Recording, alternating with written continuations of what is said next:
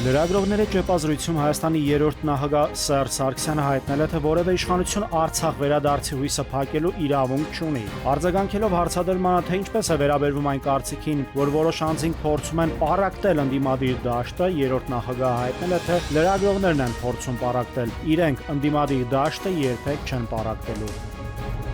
Միասնության թևեր քաղաքական նախաձեռնության վարչապետի թեկնածուն հայտնել է, թե Հայաստանի անվտանգության ամրապնդման ծրագրում ներառել են բանակի բարեփոխմանը վերաբերող քայլեր։ Արման Թաթոյանը հայտնել է, որ ստեղծվելու է հանձնաժողով, որը կառաջարկի բանակի արդյունավետությունը բարձրացնելու տարբերակներ։ Միասնության թևերը համարում է, որ բանակի ֆինանսավորումը չի կարող լինել համախառն ներքին արդյունքի 8%-ից ցածր։ Արմավիրի մարզի ընդհանուր իրավասության դատարանում տեղի ունեցել Արշակ Սրբազանի գործով առաջին դատական նիստը։ Այս գործով դատավոր Գևորգ Մանուկյանը ինքնաբացարկ է հայտնել, բավարարելով փաստաբանների միջնորդությունը։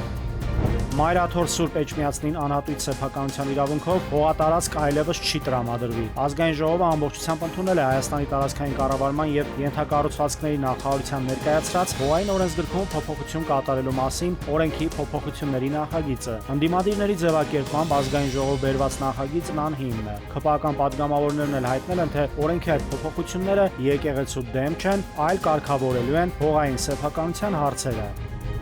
Վերջին տարիներին բանկային գաղտնիք կազմող տեղեկությունների ստացման առգրավման որոշումների քանակը զգալիորեն աճել է։ Ծախսվող ժամանակն ու ռեսուրսները ևս։ Դա ըստ Արդարադատության նախարարության դժվարացրել է իրավապահ համակարգի, ֆինանսական կազմակերպությունների աշխատանքը։ Կառավարությունն առաջարկում է բանկային եւ հարակից գաղտնիք պարունակող տեղեկությունների առգրավման դեպքում օրենքով նախատեսել նաեւ էլեկտրոնային առգրավման եղանակ։ Այս գործընթացը էլեկտրոնային եղանակով իրականացնելը միտված է տեղեկատվության փոխանցման վրա ծախսվող ժամանակը եւ ռեսուրսները կրճատելուն։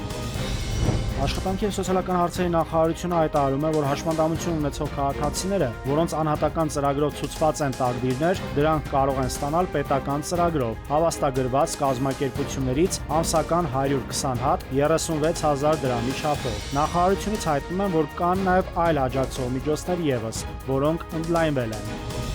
2027 թվականի հունվարի 1-ից պոլիէթիլենային տոպրակների եւ սպասքի պարագաների կիրառումը կարգելվի։ Ազգային ժողովը երկրորդ եւ վերջնական ընթերցմամբ ընդունել է օրենքը։ Բացառություն կարվի աղբի, տոպրակների եւ կափարիչով պլաստիկ շշերի, յուղի, մսի, հացահատիկի փաթեթավորման մեջ օգտագործվող պայուսակների համար։ Առևտրի հանրային սննդի օբյեկտների կողմից այս արգելքի խախտման համար կկիրառվի նախազգուշացում, այնուհետև տուգանք 100-ից 150,000 դրամ։